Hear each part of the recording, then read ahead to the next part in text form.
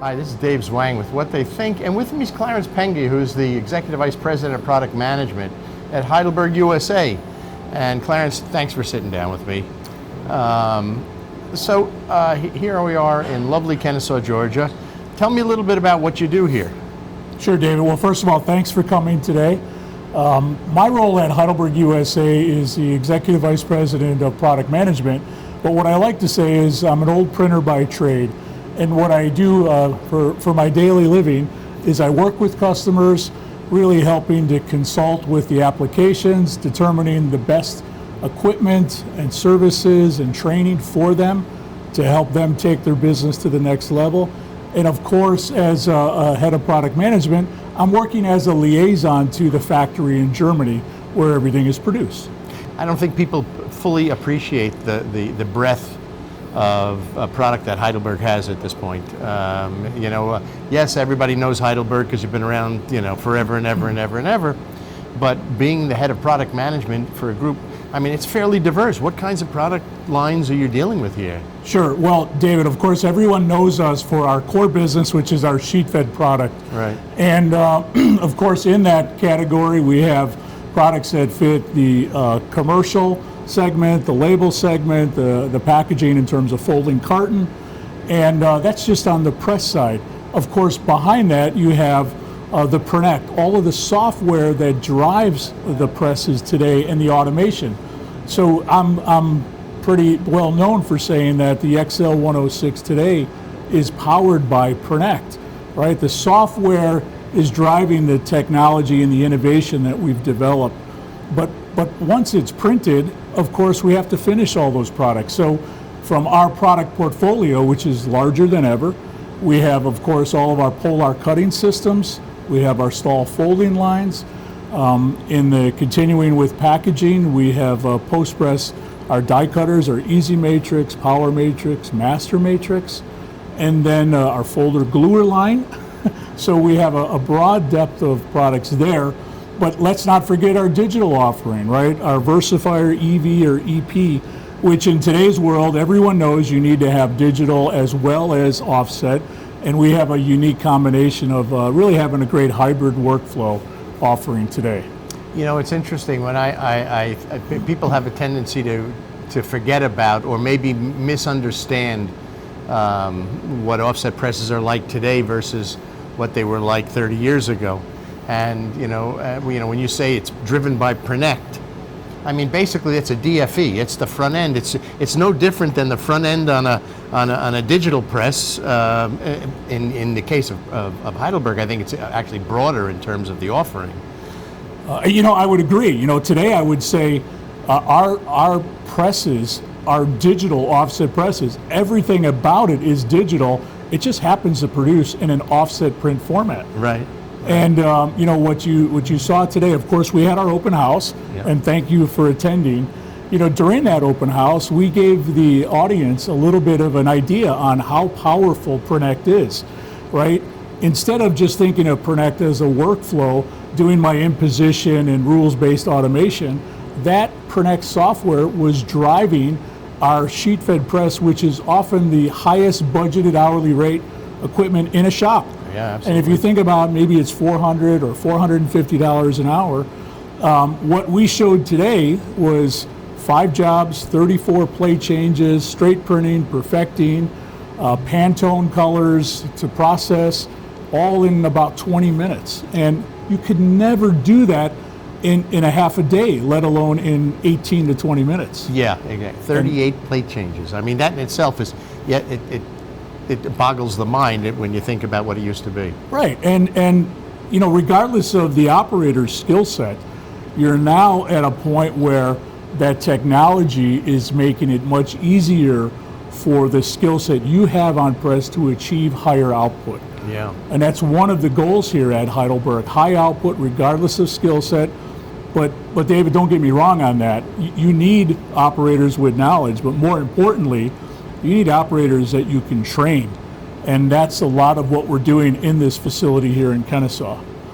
We hold regular training classes. Of course, we have our apprentice training program as well. You know, there's a lot of discussion now, especially kind of post-pandemic, about finding good labor, especially young labor, because I mean, let's not kid ourselves. A lot of the old line pressmen are aging out, and we need to be able to bring them in, but bring them in and entice them and teach them. So I think that that in itself is a big part of what I saw in terms of a lot of the life cycle stuff that you have. Right. You know, and you're right. What we're doing on press, for example, is first of all, if our customer happens to find an employee that has a great attitude, you want to train that person for success. What we're doing is building equipment with the right software that makes it easier for the younger generation to feel a little bit more at home with the touch screens, with the artificial intelligence built into it, that allows them to have success without having 20 years in the industry. Yeah. And of course, right now I'm talking about the press, but let's not forget one of the areas that's most hurt with the lack of labor is in our post-press area. Yeah. So our finishing, it's very hard for our customers to find people to put on an end of a folder, for example. And one of the highlights that we were talking about here today was push to stop in folding, where we really start to reduce touch points on the setup of the folders, you know, using barcodes for signature recognition. But even we were talking about our push to stop technology with P-Stacker. And therefore you really start to deal with the lack of labor in a much more professional way, right? Keeping up with all of the needs. And of course, the automation there doesn't call in sick. Yeah, exactly. So here we are in Kennesaw at the Heidelberg facility, a beautiful facility, by the way. You had an open house here today, and I guess it's not your first open house post-pandemic, but you had a pretty good turnout here today. You know, we were very pleased with the turnout today, and obviously, if I take a step back for a second, our plan was to go to Printing United in October. When that was canceled, we quickly did a pivot, and we had 2 open house events in October. But we were very cautious, and what we did was day 1 we had dedicated to packaging with a very targeted audience, 30 customers. Day 2 was commercial, again another 30 customers. And we did that because our customer base expressed disappointment with not being able to come out and see things at Printing United. Sure. So we continued on. Based on that success, we then decided to have one for today. And we would do kind of a one-day event, open it up a little bit, and I think the last list I saw this morning was about 70 customers that attended, which was a very nice turnout. And I got to tell you, they were, as I was walking around and speaking with them, they were engaged, they were excited. Many of them had not seen some of the new technology. The XL that you've got out here is unbelievable. And it you know, for somebody who's working with a machine, an older machine, while it's still productive, that's one of the beauties of a lot of these offset presses. These things last, you know, longer than we do. That's right. That's right. But they look at that and they look at what you're able to do with it. They were just flabbergasted. You can see the jaws drop. Yeah, and I think what most of them were so appreciative of, first of all, was to get out, to be face-to-face instead of on a Zoom or a Teams call. Yeah. They were able to see really the Drupa 2000 generation for the first time. Here it is at the end of 2021. Yeah. So they were excited about that.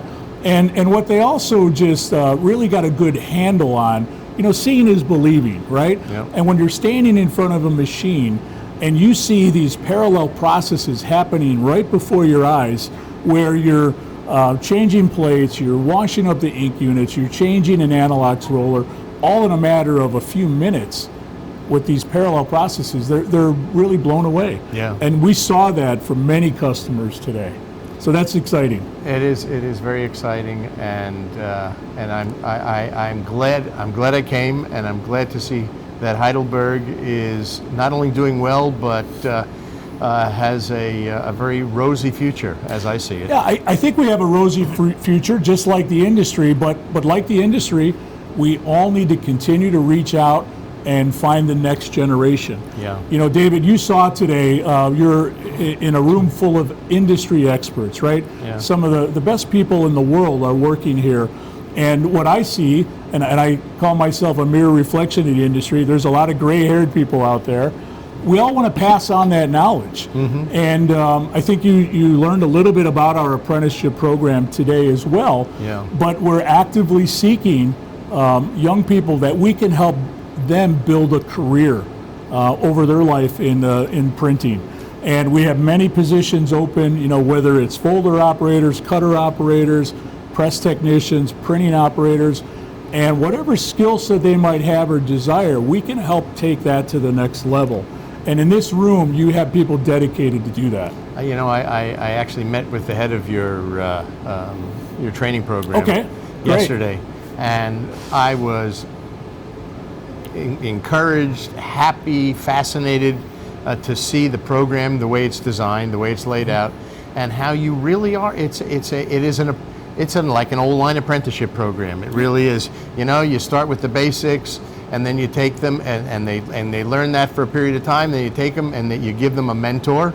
Yeah. And they go out in the field, and they learn hands-on what's going on, how to do their job. And I think that's right. Wonderful. You know, Heidelberg's been doing that for decades, but I think it was a little less noticed. Yep. And now it's such an important topic. Yeah. You even go back to Drupa 2000, for example. Heidelberg had the Print Media Academy, and we were doing so much training for the industry. I think we were a little ahead of our time then. You know, there was, back then, many seasoned professional. There wasn't the need for labor like we have it today. Yeah. And we're really just bringing a lot of that back to the forefront and making a conscious effort to regularly have these apprentice training programs every few months starting. Yeah. And I think the future is bright. We've seen all walks of life come through, and not everyone makes it, of course. Yeah. Right? You have to put in your time, and for all of us, our customers and Heidelberg, if they're not qualified, then we have to ask them to do something else. Yep. But the goal is to take the knowledge they have, the attitude they have, and build upon it. Yep. And that's what we're working towards. That's great. Clarence, thank you. Thank you, David, for coming today. I really appreciate it. Thank you for sitting down with me. I appreciate it.